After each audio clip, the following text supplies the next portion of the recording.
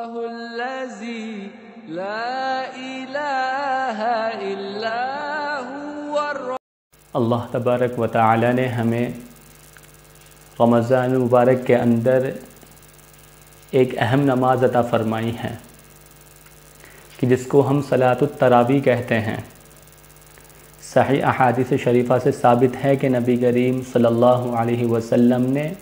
رمضان المبارک میں 3 دن مسجد نبوی میں باجماعت نماز پڑھائی، لیکن جب مجمع زیادہ بڑھنے لگا اور صحابہ کرام کے غیر معمولی ذوق و شوق کو دیکھ کر آپ صلی اللہ علیہ وسلم کو خطرہ ہوا کہ کہیں یہ نماز امت پر فرض نہ کر دی جائے، تو آپ صلی اللہ علیہ وسلم نے یہ سلسلہ موقوف فرما دیا۔ آپ نے ارشاد فرمایا کہ جو شخص رمضان مبارک کی راتوں کو ایمان اور اخلاص کے ساتھ عبادت میں گزارے گا، اس کے سب پچھلے گناہ معاف کر دیے جائیں گے۔ آپ صلی اللہ علیہ وسلم کی اس ترغیب کی وجہ سے صحابہ رمضان المبارک میں کثرت عبادت کا اہتمام کرتے تھے۔ جو لوگ قرآن کریم کے حافظ تھے وہ خود نوافل میں قرآن پڑھتے، اور جو حافظ نہ تھے وہ کسی حافظ کی اقتداء میں قرآن کریم سننے کی سعادت حاصل کرتے تھے۔ چنانچہ ثعلبہ ابن ابی مالک قرظی رحمۃ اللہ علیہ، جو مدینہ منورہ کے رہنے والے تابعی عالم ہیں، مرسلاً روایت کرتے ہیں کہ ایک مرتبہ رمضان المبارک کی رات میں پیغمبر علیہ الصلاۃ والسلام مسجد میں تشریف لائے تو دیکھا کہ مسجد کے ایک گوشے میں کچھ لوگ جماعت سے نماز پڑھ رہے ہیں۔ آپ نے دریافت کیا کہ یہ لوگ کیا کر رہے ہیں، تو کسی نے جواب میں عرض کیا کہ اللہ کے رسول، یہ وہ حضرات ہیں جن کو قرآن کریم حفظ نہیں ہے۔ تو حضرت ابی ابن کعب رضی اللہ تعالیٰ عنہ نماز میں قرآن کریم پڑھ رہے ہیں اور یہ لوگ ان کی اقتداء میں نماز ادا کر رہے ہیں۔ یہ سن کر نبی کریم صلی اللہ علیہ وسلم نے فرمایا کہ انہوں نے بہت اچھا کیا، اور آپ نے ان کے بارے میں کوئی ناگواری کی بات ارشاد نہیں فرمائی۔ حضرت عمر فاروق رضی اللہ تعالیٰ عنہ کے ابتدائی زمانے تک یہ سلسلہ یوں ہی جاری رہا۔ اس کے بعد سیدنا حضرت عمر فاروق رضی اللہ تعالیٰ عنہ نے یہ دیکھ کر کہ لوگ مسجد میں تنہا یا چھوٹی چھوٹی ٹولیاں بنا کر نماز تراویح پڑھ رہے ہیں، آپ نے مناسب سمجھا کہ تراویح کی باقاعدہ جماعت قائم کر دی جائے، کیونکہ جس خطرہ وجوب کی وجہ سے جناب رسول اللہ صلی اللہ علیہ وسلم نے جماعت تراویح کا سلسلہ موقوف فرما دیا تھا، اب آپ صلی اللہ علیہ وسلم کی وفات کے بعد یہ خطرہ باقی نہیں رہا۔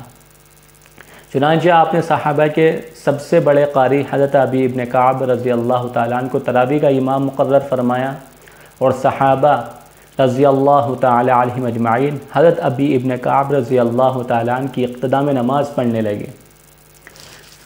تراویح کی رکعات کے بارے میں علماء کے ایک طبقے کو ام المؤمنین حضرت عائشہ رضی اللہ تعالیٰ عنہ کی ایک روایت سے اشتباہ ہو گیا ہے، جس میں حضرت عائشہ رضی اللہ تعالیٰ عنہ نے رمضان اور غیر رمضان کی نوافل کو 8 کے عدد میں منحصر کیا ہے۔ اس روایت سے بہت سے لوگ یہ استدلال کرتے ہیں کہ تراویح کی رکعات بھی صرف 8 ہے، اس سے زیادہ نہیں ہے، حالانکہ اس روایت کا تعلق تراویح سے نہیں بلکہ تہجد سے ہے، اور تراویح کی رکعات پر اس روایت سے استدلال بالکل غیر معقول ہے، کیونکہ حضرت عائشہ رضی اللہ تعالی عنہ کا غیر رمضان کو شامل کر کے جواب دینا یہ بتا رہا ہے کہ سوال ایسی نماز سے متعلق ہے جو غیر رمضان میں بھی پڑھی جاتی ہے، اور ایسی نماز تہجد تو ہو سکتی ہے، تراویح نہیں ہو سکتی، کیونکہ اسے غیر رمضان میں پڑھنے کا کوئی قائل نہیں۔ دوسری بات یہ ہے کہ خود حضرت عائشہ رضی اللہ تعالی عنہ کی روایت تہجد کی 8 رکعات سے کم و بیش کے بارے میں بھی وارد ہے، تو چونکہ رکعاتوں کی تعیین کے متعلق روایت میں اضطراب پایا جاتا رہا ہے، لہذا استدلال مکمل نہیں۔ تیسری بات یہ کہ اسی روایت میں ایک سلام سے 3 رکعات وتر پڑھنے کا ذکر ہے، اور جو طبقہ تراویح کی 8 رکعات کا قائل ہے وہ اس روایت کے برخلاف ایک سلام سے وتر کی 3 رکعات کا منکر ہے۔ اس لیے جب وتر میں یہ روایت ان کے نزدیک حجت نہیں تو تراویح کی رکعات میں حجت کیسے مانی جا سکتی ہے؟ لیکن اکثر روایات اور آثار صحابہ رضی اللہ تعالی علیہم اجمعین سے 20 رکعات تراویح کا پتہ چلتا ہے۔ عبدالعزیز بن رفیع رحمۃ اللہ علیہ کہتے ہیں کہ حضرت ابی ابن کعب رضی اللہ تعالی عنہ رمضان المبارک میں مدینہ منورہ میں 20 رکعات تراویح لوگوں کو پڑھاتے تھے، اس کے بعد 3 رکعت وتر کی پڑھایا کرتے تھے۔ صائب ابن یزید رحمۃ اللہ علیہ فرماتے ہیں کہ دور فاروقی میں حضرات صحابہ رضی اللہ عنہ اجمعین رمضان المبارک میں 20 رکعت باجماعت پڑھاتے تھے۔ یزید ابن رومان رحمۃ اللہ علیہ فرماتے ہیں کہ لوگ رمضان المبارک میں حضرت عمر بن خطاب رضی اللہ تعالیٰ عنہ کے زمانے میں 23 رکعت نماز تراویح پڑھتے تھے، 20 رکعت تراویح اور 3 وتر۔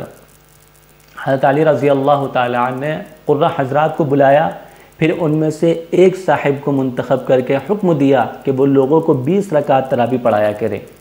اور اس کے بعد حضرت علی رضی اللہ تعالیٰ عنہ ان لوگوں کو وتر کی نماز پڑھاتے تھے۔ حضرت عبداللہ بن عباس رضی اللہ تعالیٰ عنہ کی ایک روایت سے بھی یہ معلوم ہوتا ہے، جس کے ایک راوی پر کچھ کلام کیا گیا ہے کہ نبی کریم صلی اللہ علیہ وسلم کا رمضان المبارک میں 20 رکعت الگ سے پڑھنے کا معمول تھا۔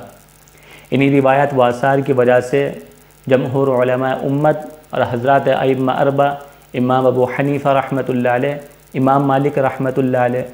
امام شافعی رحمۃ اللہ علیہ اور امام احمد ابن حنبل رحمۃ اللہ علیہ کا متفقہ موقف یہ ہے کہ تراویح کی رکعات 20 سے کم نہیں ہیں۔ 20 سے زیادہ کے تو اقوال ملتے ہیں، جیسے کہ امام مالک کا قول ہے، لیکن 20 کے عدد سے کم کا ائمہ اربعہ میں سے کوئی قائل نہیں، اور تمام عالم میں شرقاً و غرباً صدیوں سے امت کا عمل یہی چلا رہا ہے۔ حتیٰ کہ حرمین شریفین میں آج تک 20 رکعات ہی پڑھی جاتی ہیں، اس لیے تراویح 20 رکعات پڑھنے کا اہتمام کرنا چاہیے، اور اس میں کسی مسلمان کو کسی قسم کی کوتاہی نہیں کرنی چاہیے۔ ہاں، یہ نماز یہ ہے کہ اس نماز میں انسان کو مشقت زیادہ اٹھانا پڑتی ہے، اس لیے پیارے نبی صلی اللہ علیہ وسلم نے فرمایا کہ تراویح کے ایک سجدے پر 1500 نیکیاں، اور ایک جنت میں سرخ یاقوت کا محل جس کے 60,000 دروازے سونے چاندی کے،